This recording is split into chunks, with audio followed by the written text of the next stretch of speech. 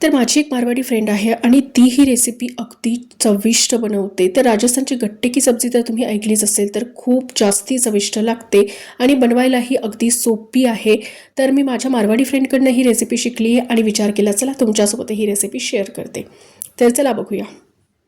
तर सगळ्यात आधी आपण गट्टे बनवून घेऊ। तर गट्टे हे बेसिकली बेसनाचे असतात। तर इथे मी 1 वाटी बेसन घेतलंय। तर तुम्ही किती लोकांसाठी भाजी बनवणार त्यानुसार या बेसनाचं प्रमाण जे आहे ते कमी करू शकता किंवा वाढवू सुद्धा शकता।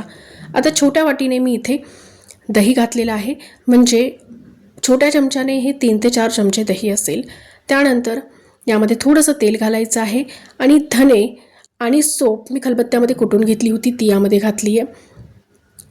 ओवा थोडासा हाताने क्रश करून घातलाय, अर्धा चमचा हळद घातली आहे, 1 चमचा जिरं घातलंय, 1 चमचा धनेपूड घालायची आहे, 1 चमचा रेड चिली पावडर घालायचं आहे, अगदी थोडासा हिंग यामध्ये घालायचा आहे आणि चवीनुसार मीठ घालूया। आता याचा सॉफ्ट असा डो आपल्याला लावून घ्यायचा आहे। तर डो लावण्यासाठी मी गरम पाणी वापरते आहे। पाणी आपल्याला यामध्ये जास्ती लागणार नाही कारण आपण दह्याचा वापर केला आहे आणि याचा डो जो आहे तो आपल्याला खूप जास्ती कडक नाही लावायचा आहे, थोडा सॉफ्ट डोच आपल्याला लावायचा आहे, म्हणजे गट्टे जे आहे ना ते मऊ होतील। जर खूप आपण कडक डो लावला तर मग गट्टे मात्र हार्ड होऊन जातात। तर आता याच्या 3 लाट्या मी करून घेते आहे सारख्या आकारामध्ये आणि आता याला लांबसर आपल्याला करून घ्यायचं आहे। तुम्ही पोळपाटावरती करू शकता, मी ताटामध्येच करते आहे। तर खूप जास्ती पातळी करायची नाहीत आपल्याला गट्टे, तर थोडे लांब आकारामध्ये आपल्याला मीडियम आकारामध्ये याला गट्ट्यांना वळून घ्यायचं आहे। तर बघा अशा पद्धतीने हे गट्टे वळून घ्यायचे आहेत। तर आता सगळे गट्टे आपले रेडी झाले। मी पाणी गरम करायला ठेवलेलं होतं, पाण्याला थोडी उकळी आली की यामध्ये आपण गट्टे सोडू देऊ।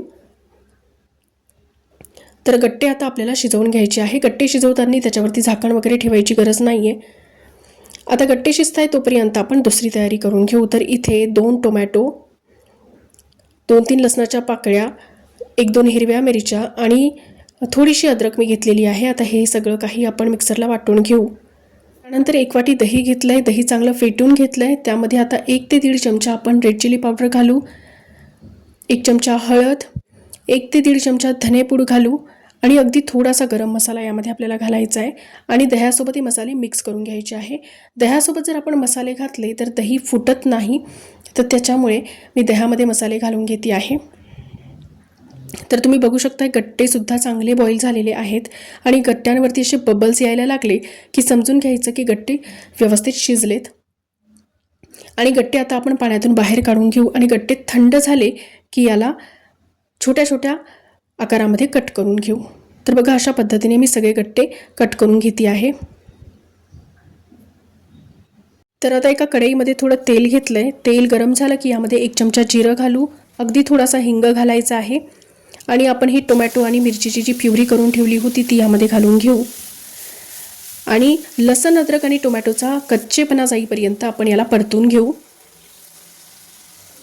आता यामध्ये दह्याचं जे मिश्रण केलेलं होतं ते घालू आणि याला चांगलं तेल सुटेपर्यंत आता आपल्याला परतून घ्यायचं आहे। मसाले चांगले शिजले पाहिजे, दही सुद्धा शिजलं पाहिजे आणि दही घातल्यानंतर याला सोडायचं नाहीये, सारखं हलवत याला एक उकळी येईपर्यंत शिजवून घ्यायचं आहे। आणि आता दही आणि मसाले चांगले शिजले आणि असं तेल सेपरेट व्हायला लागलं की यामध्ये आपण गट्टे घालून घेऊ आणि गट्टे आता मसाल्यासोबत चांगले मिक्स करून घेऊ।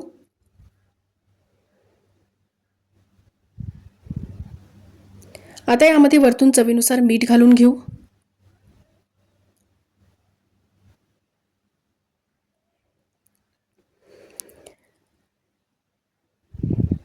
मिक्स करून घेऊ आणि आता पाणी आपण घालून घेऊ। तर इथे मी 1 ग्लास पाणी घातलेलं आहे।